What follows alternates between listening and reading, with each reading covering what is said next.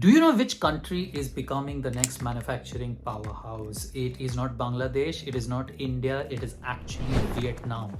Vietnam is the country that has seen 6% growth over the last 25 years. It is the second highest in Asia, just after China. It's ahead of India.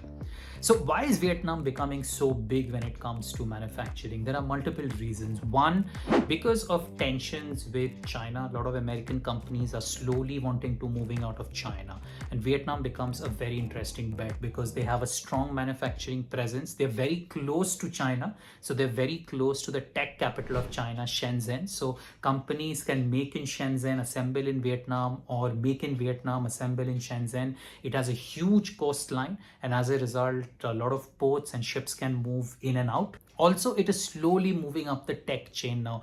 Earlier, Vietnam was famous for apparel. You might have had a lot of clothes made in Vietnam, but a lot of tech components are now being made in Vietnam. So the contribution of tech to Vietnam's exports, of manufacturing exports, is now 40%.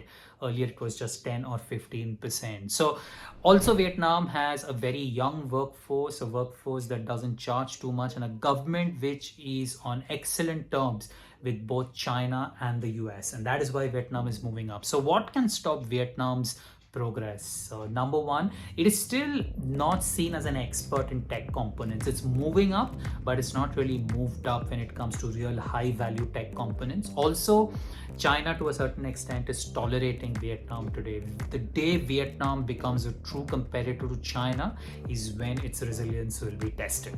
So how do you think Vietnam will move forward over the next 5 to 10 years? Drop your suggestions and comments in the comments box. If you want to understand more interesting stories about the global economy, follow my channel.